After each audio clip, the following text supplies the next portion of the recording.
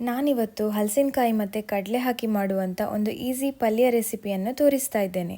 Actually ಇದರಲ್ಲಿ ದೊಡ್ಡ ಕೆಲಸ ಎಂತಂದರೆ ಈ ಗುಜ್ಜೆಯನ್ನು ಕಟ್ ಮಾಡೋದು. ಆದರೆ ನಾವಿರುವ ಊರಲ್ಲಿ ಆಲ್ರೆಡಿ ಕಟ್ ಮಾಡಿರುವಂಥದ್ದು ಫ್ರೋಝನ್ ಸೆಕ್ಷನಲ್ಲಿ ಸಿಗ್ತದೆ. ಟೇಸ್ಟ್ ಆಲ್ಮೋಸ್ಟ್ ಸೇಮ್ ಇರ್ತದೆ. ನಿಮಗೆ ಫ್ರೆಶ್ ಹಲಸು ಅಷ್ಟೊಂದಾಗಿ ಸಿಗದೇ ಇರುವ ಊರಲ್ಲಿ ನೀವಿದ್ದರೆ ಇದನ್ನು ಟ್ರೈ ಮಾಡ್ಬೋದು. ಮೊದಲಿಗೆ ಸಿಂಪಲಾಗಿ ಒಂದು ಒಗ್ಗರಣೆ ಕೊಟ್ಟು ನಂತರ ಕಟ್ ಮಾಡಿಕೊಂಡಂಥ ಹಲಸು, ಉಪ್ಪು, ಅರಿಶಿನ ಮತ್ತು ಸ್ವಲ್ಪ ನೀರನ್ನು ಚಿಮುಕಿಸಿ ಬೇಯಲಿಕ್ಕೆ ಬಿಡಿ. ಮಸಾಲೆಗೆ ಸಾಸಿವೆ, ಘಾಟಿ ಮೆಣಸು, ಕರಿಬೇವು ಸೊಪ್ಪು ಹಾಕ್ಕೊಂಡು ಸ್ವಲ್ಪ ಗ್ರೈಂಡ್ ಮಾಡಿ ನಂತರ ಅದಕ್ಕೆ ಒಂದು ಹಿಡಿ ತೆಂಗಿನ ತುರಿ ಹಾಕ್ಕೊಂಡು ಮತ್ತೊಮ್ಮೆ ಗ್ರೈಂಡ್ ಮಾಡಿ ಇಟ್ಕೊಳ್ಳಿ. ಪಲ್ಯ ಸ್ವಲ್ಪ ಬೆಂದಮೇಲೆ ಹುಣಸೆ ಹಣ್ಣಿನ ರಸ, ಬೆಲ್ಲ, ಬೇಯಿಸಿಟ್ಕೊಂಡಂಥ ಕಡಲೆಕಾಳು ಮತ್ತು ಮಸಾಲೆ ಹಾಕಿ ಚೆನ್ನಾಗಿ ಮಿಕ್ಸ್ ಮಾಡಿ ಸ್ವಲ್ಪ ಹೊತ್ತು ಮುಚ್ಚಿಟ್ಟು ಬೇಯಿಸ್ಕೊಂಡ್ರೆ ಬಿಸಿ ಬಿಸಿ ಫ್ಲೇವರ್ಫುಲ್ ಪಲ್ಯ ರೆಡಿ. ಇದಕ್ಕೆ ಟೊಮೆಟೊ ಸಾರು ಮತ್ತು ಹಪ್ಪಳ ಬೆಸ್ಟ್ ಕಾಂಬಿನೇಷನ್. ಟ್ರೈ ಮಾಡಿ ಹೇಳಿ ನನಗೆ ಹೇಗೆ ಆಯಿತು ಅಂತ. Thank you for watching.